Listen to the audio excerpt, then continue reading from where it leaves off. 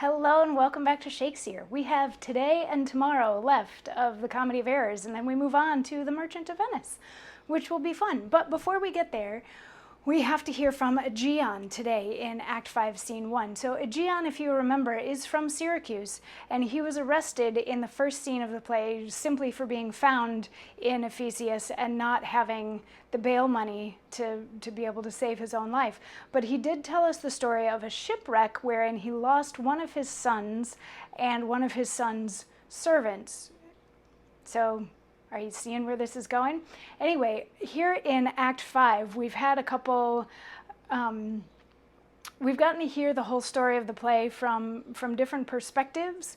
We got to hear yesterday the story of the play from Antipholus of Ephesius perspective, where things just keep getting increasingly worse and worse and worse, and he got locked out of his own house, and then he gets arrested, and then he gets taken off as if he's insane and bound up with Dromio and has to fight his way out and that sort of thing. And he has now come out into the street looking for Adriana and Luciana and the courtesan and the Duke and all of these various people. And the Duke, as it happens, has been parading Egeon through the streets, trying in sort of a last-ditch effort to be able to get the bail money so that Egeon doesn't have to be put to death. But nobody's responding, and nobody's responding. And finally the Duke, with this whole Antipholus situation, is like, all right, somebody has to go get the abbess, which is where Antipholus of Syracuse and Dromio of Syracuse are currently hiding in this abbey. He's like, somebody needs to go get her so she can come and tell us why these two men who we thought were in the abbey are now out here on the street and telling us a totally different story than the one that we knew, or a mostly different story than the one that he knew. So somebody goes in to get the abbess and bring her out. And in the meantime, Egeon is like, hang on, excuse me, just a second. Your name is Antipholus, right? And your name is Dromio? And Antipholus and Dromio are like, yeah, who are you? And he's like, don't you know me? And they're like, no, I've never seen you before in my life. And he's like, don't you recognize my voice? And they're like, no, I've never heard that voice before. And Egeon says, not know my voice?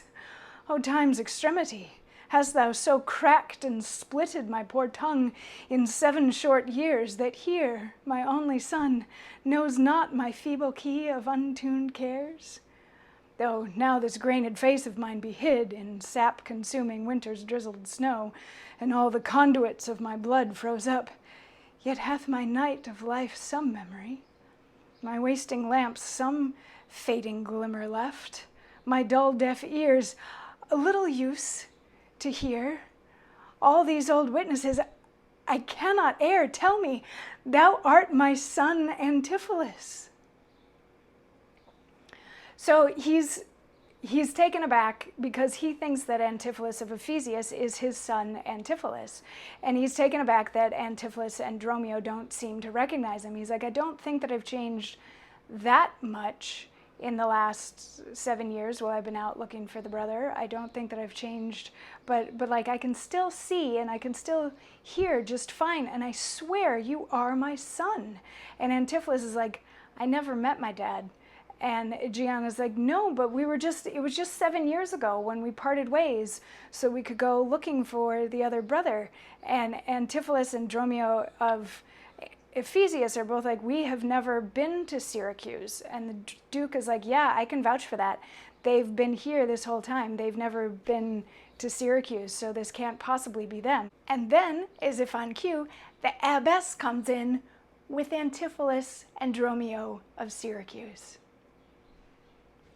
And everybody's like, there's 2 of them. What is going on here? There's 2 of them, and they get to go through that whole, were you locked out of dinner? No, that was me that was locked out of dinner. Which one of you is my husband? That's me, not me. And Antipholus of Syracuse even throws in that little bit to Luciana. It's like, I'm not her husband, and that bit that I said about being in love with you, yeah, that's still true.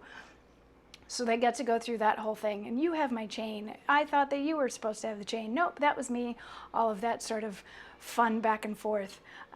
But there's still just a little smidge that needs to be sorted out. And I'm guessing that you can guess what it is. But we will figure that out tomorrow when we finish this up and wrap up the Comedy of Errors. So I'll see you then for final day of this play. Yeah, I'll see you then. Mwah.